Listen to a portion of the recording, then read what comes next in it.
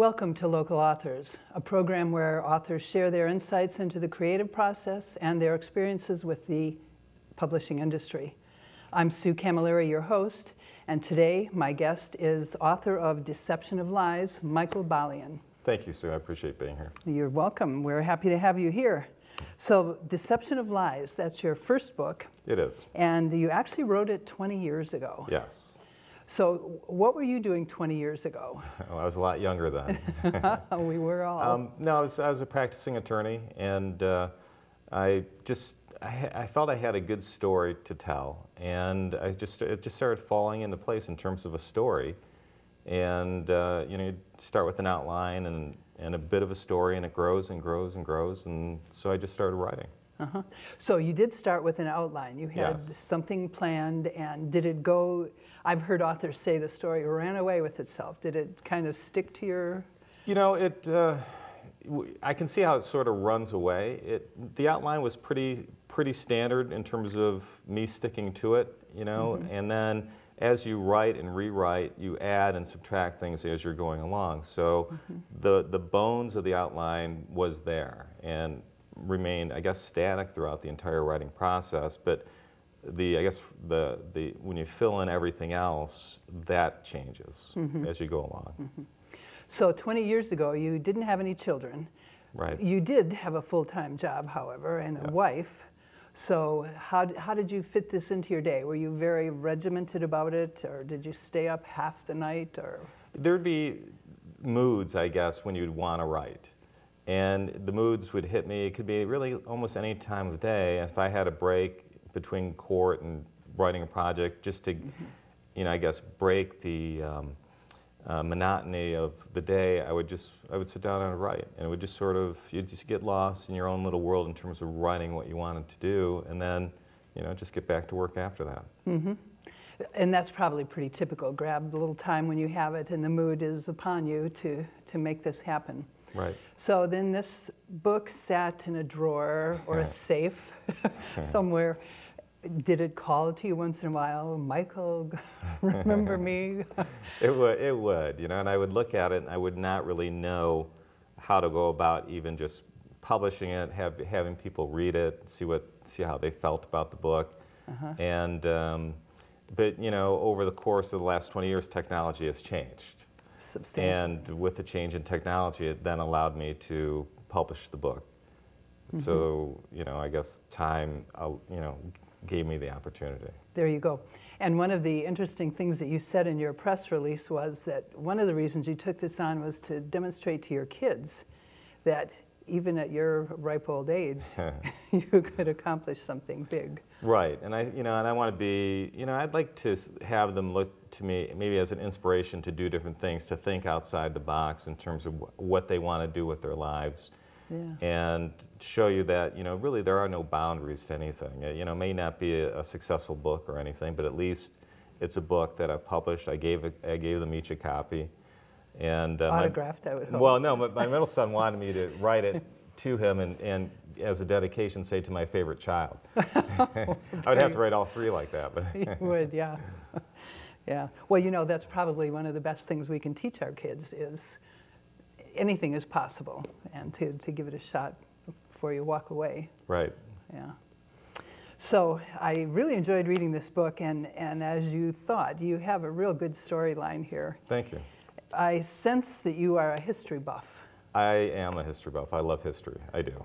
Yeah. And in particular, I know this book ties into Woodrow Wilson. I was really kind of fascinated with Woodrow Wilson through college. I majored in international affairs. And so I had that background, that history in terms of going through the League of Nations, which is kind of, goes back to. And I just wanted to draw on that a little bit in terms of when I was writing. I just have an interest with that. And he's the one, I guess, that initiated or started the League of Nations, which didn't pan out on a global scale, but then the United Nations took over where it left off. Yes, correct. And therein lies the story, right? Yes. If I may, I'd like to read just a little quick paragraph here that sort of sums up what Sure. this book is about. Again, the title is Deception of Lies. The main challenge presented to the creation of the New World Order is how to establish and maintain a viable form of world government and control. The answer's simple. It's right before us, as clear as day. We use an already established government, the United Nations. Incredible, Alex excitedly whispered under his breath. I wonder why I didn't see the creation of the United Nations as the means to an end. Look at all the power it's amassing now. He glanced around to see if anyone had heard him. So in reading this book, you have come up with a solution for a lot of mysteries. Who really assassinated Kennedy? Right. The attempts on all of our presidents Yes. are tied into this pretty exciting story here.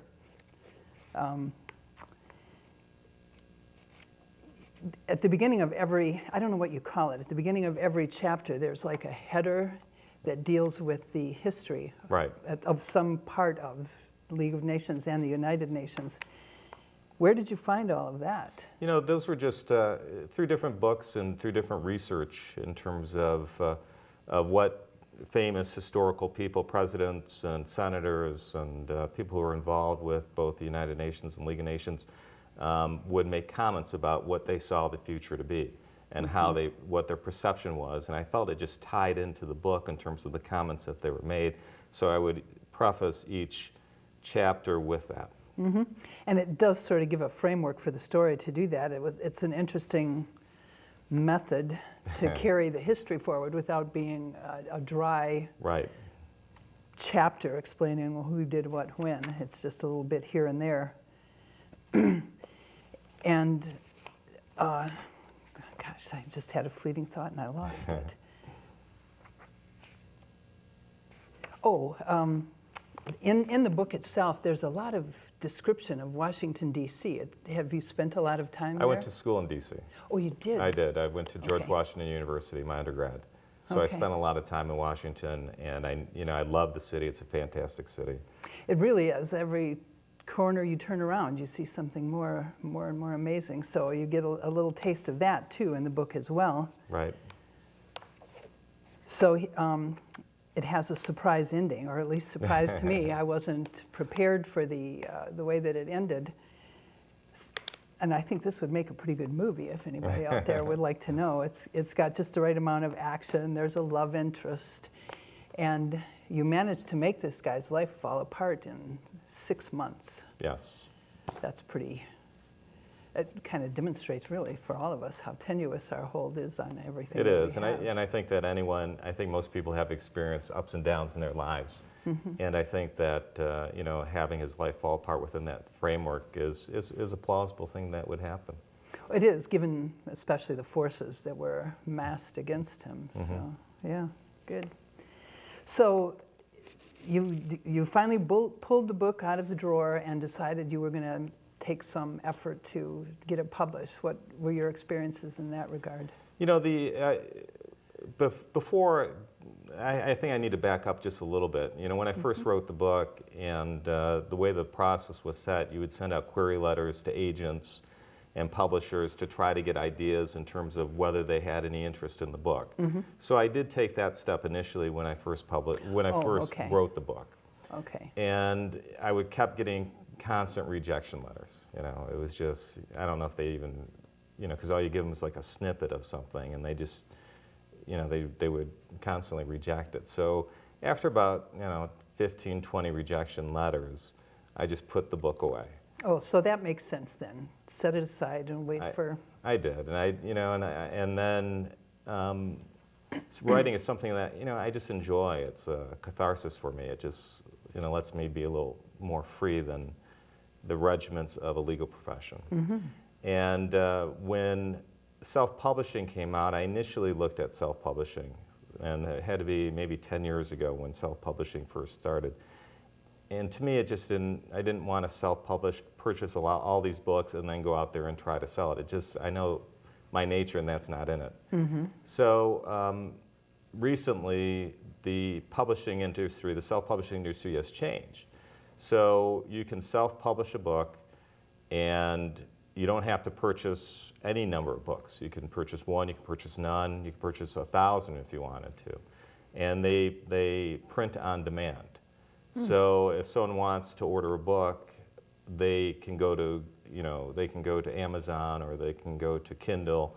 And Kindle, of course, you don't have to print it, but Amazon would. So they'd print the book up and they send it to you. And I thought, that makes sense. Why don't I try to self-publish this way? And I went through a company called CreateSpace, where they format the pages for you, and you sort of have to work with it a little bit. It takes a little bit of time and effort to get the pagination down. And starting on, you want to start. For me, I always want to start a chapter on the right side versus the left. Oh. So that's what I always tried to do that. So how would you make that work? Throw in a couple extra Well, lines? you would either lengthen or shorten a page to make it all fall together like that. And CreateSpace did that. And once you do the publication on CreateSpace, and it's a company, it's an offshoot of Amazon, they then connect you to Google. So they connect you to Kindle, so then you can self-publish on Kindle as well. So that was really like a one-stop shop for you. Was. It helped you publish the book itself, and it made it an e-book for anyone who was interested in purchasing it that way. The only limitations you have on it really are if you're going to do the cover design yourself, you're limited in terms of what they have. So you can always pay more money and have them design a cover for you. I didn't go that route. I went with the forms that they had there and published it that way. Yeah. So if you had something specific you wanted to submit for a cover, would they accept that too, or? No, it had to be through their company to publish it. Yeah, yeah.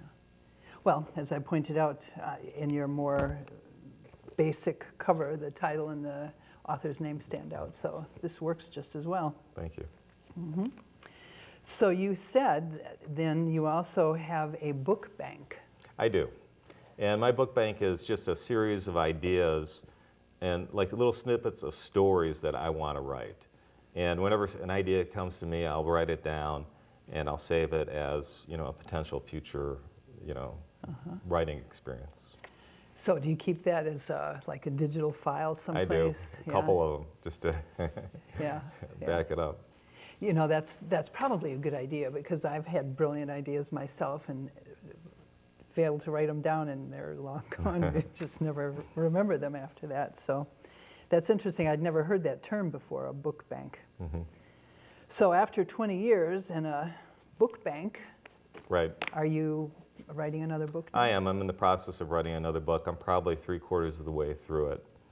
And I would probably look to probably an early fall time frame for me to finish the next book. And now this is done in addition to everything last time. You also have the kids this time. I do. So. I do. And they, obviously they take up some of your time, but, there's always time to find to write. Yeah. So how long have you been writing this one? This one I've been writing probably over the course of the last year and a half. Okay. That seems like a comfortable time. It is. And it goes, I think the second one goes a little more smoothly than the first one, because you've gone through the process, you know what it takes, you develop your own writing style, and you know what works for you and what doesn't. So you've done a lot of the groundwork before, so I think it makes it easier the second time around. Yeah, and you would have a little confidence. So I did this once, I can do this again, Right. sort of. So are your family cooperating with you and giving you that time that you need? They are. And then, with software, they have a program called Drag and Dictate. So you can just, instead of typing, a lot of times you can just do the dictation, and it types it for you, and then you go back and edit it as you want to. So it makes things, especially if you're a slow typer like me, it makes things a little easier. So therein is a trap. I have Siri on my phone, and I tell her things, and she doesn't always get it just right. So you must run into that as well. You do, and you have to, and one of the processes I do is you can highlight it and have it read it back to you. So you can hear the spoken word and see if something's out of place when you did the dictation. The other thing you have to watch out for is similar words of to, and which one it is, written down. Or if you don't enunciate just right, it some of the most ridiculous things come up. So Well, it would be a bit of a more challenge for your editor when you dictate to text. Right, but you know, when you go through, when you first start writing, you really don't have an editor. If you can find friends or other people to read Sure. through it to help Yeah. you out, that does help out. What you really have to, what I found that I was doing is I'd write the book, different chapters, and I would go back and I would edit them. And you probably rewrite and edit a series of, 5, 6, 7 times before you feel comfortable with giving it to someone to then read. Oh, okay, yes, you don't want your truly rough draft No, yes. for anybody to see that, yeah. So when you do that edit, do you speak that to text, or is that then all typing, cutting and pasting? That's more typing, cutting, pasting. I like also having the written page in front of me. Sure.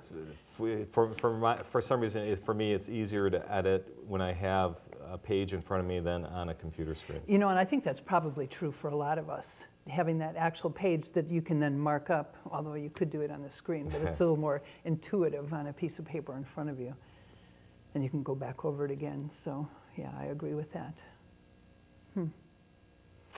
So this next book, can you give us a little hint of what it's about? It's a fictional story dealing more with the lives of individuals and how they're connected and the ups and downs that they experience.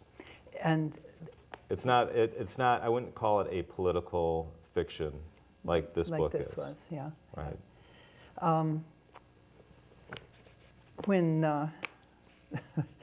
When you write a book like this, do you put anybody that you know into it, buried into the characters at all? There's always I guess you always write a little bit about yourself.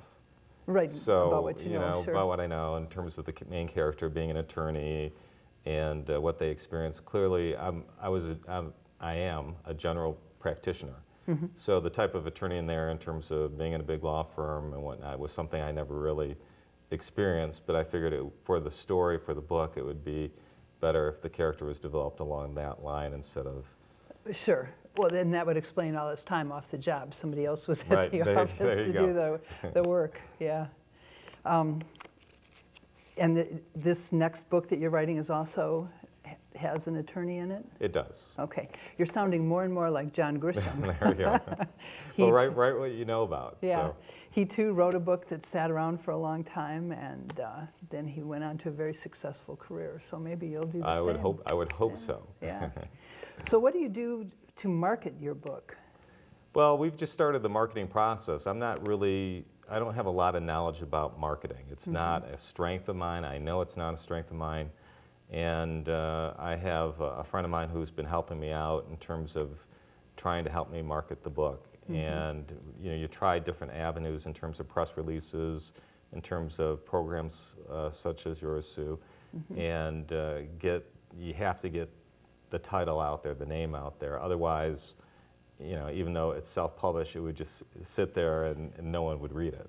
Yeah, and given the number of books that are in this world, it would be very easy to get lost in the shuffle. So, do you go to local bookstores?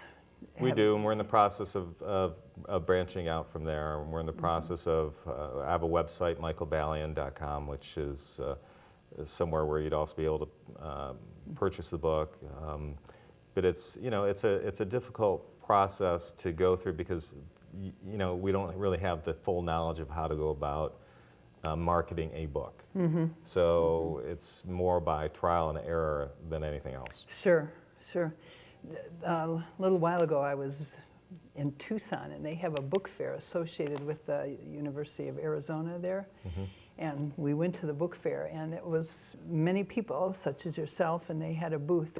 But there were so many people, it was almost counterproductive for you as an individual author to get any attention from all of them. I think smaller venues would be better serving your... Right, I think that's the only way to go, especially when you're self-publishing. You need more word of mouth than anything and have it build up from there. I don't have a big powerhouse behind me marketing it and spending money, Yeah, well, and I think that's typical with most self-published authors. They publish the book, they give you a couple posters, some bookmarks, and say, there you go, good luck. That's right. Yeah, so they are strictly just publishers, they're not marketers. So how are sales? I mean, is it just too early to say? Because this is recently out, isn't it? Right, it is. It's too early to say how sales are, and we're slowly building it up. And my goal is just to have it out there, have people know about it. I think it's an entertaining book for people to read, and I think it's a good book, and I want people to read it. Yeah, and I agree too. It is a good book. I would recommend it to anybody. One of the things that I particularly liked about the way that you wrote this is so often when you read a book, they introduce all of the characters in the first chapter, and it's impossible to keep it. I find myself always referring back to that first chapter. Who is this? Who is this? But you introduce them in a slow enough way that you felt like you knew them before somebody else was brought in to add confusion. Was that a purposeful move on your part? I don't know if it's. I don't know if it was a purposeful move. It was just how the story for me flowed. It slowly builds up, and you have more characters involved in the story as it goes along and unfolds. So, I don't know if this next book I'm writing probably has a lot of characters up front, more so than this book did in terms of how it's been unfolding for me so far. So. Oh. Yeah, I kind of see what you're saying. The action was slow building in this one, so the people were introduced at that speed. So, yeah, if everybody's at a cocktail party in the first chapter, you're going to hear all the names in the beginning. Right. You'll just have to pay attention. That's true. And the reader does have an obligation in this transaction, too. So you dedicated this book to your children? I did. Without whom I would not realize all the joys and wonderment of this world. Yes. And you said when you vacationed with them, you took them to D.C., didn't you? I did. We did a Killing Lincoln tour. Oh, that's right. You said that. Yes, I was born on Abraham Lincoln's birthday in Kentucky, so I was raised with Abraham Lincoln. And when Bill O'Reilly wrote the book Killing Lincoln, I read it, and I thought, this would be a great trip based upon his story to take the kids, out east and show them the different places, the final battle of the Civil War, and where Booth died, and then go into D.C. and show them Ford Theater and the back entrance where Booth went in, and then where he's buried in an unmarked grave in the family plot in Baltimore. And I didn't even know he was buried in an unmarked grave in Baltimore. Kind of the point, I guess. It was, and you discover more as you read the book. So we did all that. Well, that's very cool. It was a lot of fun. And then last spring break, I wanted to finish the story with them, so we ended up in Springfield. And then we saw where Lincoln's house was, and his office, and then his tomb. And went to the Presidential Museum, which was phenomenal there. It really was a Oh yeah, I great never thought experience. about Lincoln having a presidential museum. Mm-hmm. Yeah. Huh.